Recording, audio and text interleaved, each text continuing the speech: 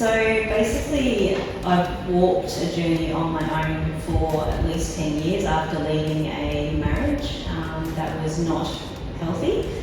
I was qualified, I just finished my qualification for building design. Growing up with my dad being a builder, watching him build many a house, was in a situation where I couldn't afford to live basically with 4 kids. And I knew I couldn't sustain, I had a little bit of savings, but I knew I couldn't sustain the normal way of living as such, with rental prices going up and not much support, on government payments and things, trying to take care of my kids. So I walked a journey of going out of the normal box of, Western society where you pay 40% of your income just in rental.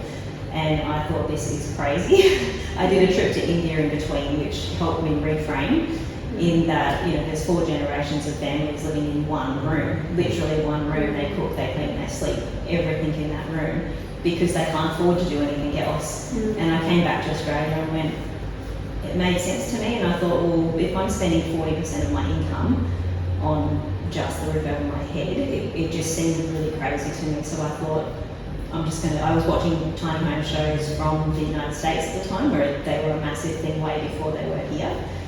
And I thought, well, that's a solution, let's go with that. So I designed and built my own, but I suppose coming out of that, it gave me financial freedom, but also gave me a vision to go, well, why can't other women, in my predicament or in my situation, if it's one less thing that stops, if they're stopping in a relationship that's abusive because of finances, it's one less excuse to stay there. So I saw a way of, planning that's one less thing, and then looking at the other issues as to why women stay in those relationships, and going, well, there has to be something done, at least to give them a choice, rather than saying, well, I have to stay in this relationship because of finances, or because, one silly thing for me was I didn't know how to mow the grass.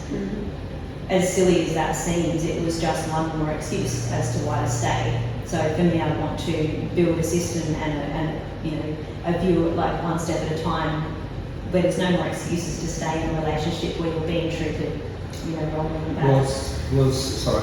Was the becoming a designer, was that part of, can I call it, the exit strategy? Yes. Well, not necessarily, no, it wasn't at the time. No, it was, I suppose, yes, to some degree it was, because it gave me income. Before I even left my marriage, I knew it was over, a long time before that, and financially I needed to be able to provide myself, and I could set up my own business where I could work my own hours as well, around my children. So yeah, I set up that to have an income stream.